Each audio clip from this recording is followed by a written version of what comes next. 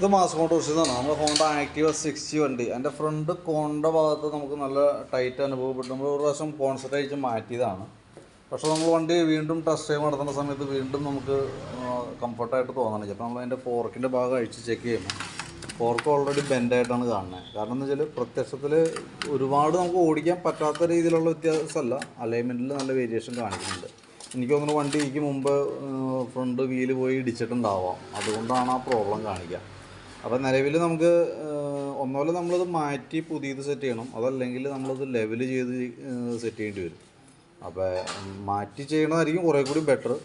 അപ്പോൾ ഞാൻ അതിൻ്റെ ഒരു ഏകദേശം പാർട്സിൻ്റെ ഒരു ഡീറ്റെയിൽസും കൂടി എസ്റ്റിമേറ്റ് ഞാൻ ഇടാം. അപ്പോൾ നോക്കിയിട്ട് ഒന്ന് പറഞ്ഞാൽ മതി കേട്ടോ. കാരണം ഞാൻ അതിന് ശേഷം വേണം നമുക്ക് അതിൻ്റെ ഫ്രണ്ട് ടയർ കൂടി മാറ്റിയാൽ തന്നെയാണ് നമുക്കത് ക്ലിയർ ആവുള്ളൂ.